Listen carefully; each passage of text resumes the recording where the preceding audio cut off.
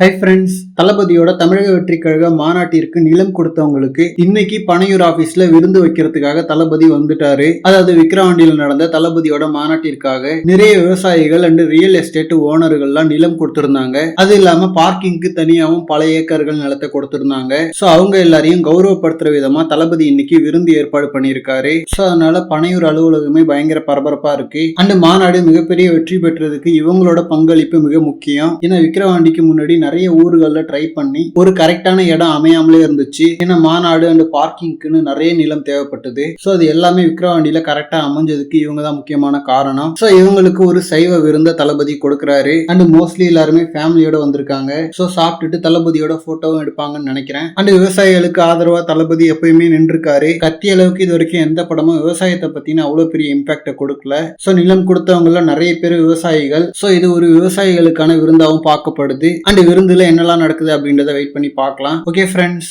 இந்த மாதிரி தளபதி பத்தின ஹாட்டான அப்டேட்ஸ்க்கு நம்ம விஜய் ஃபுட் சேனலை சப்ஸ்கிரைப் பண்ணுங்க. தேங்க்யூ.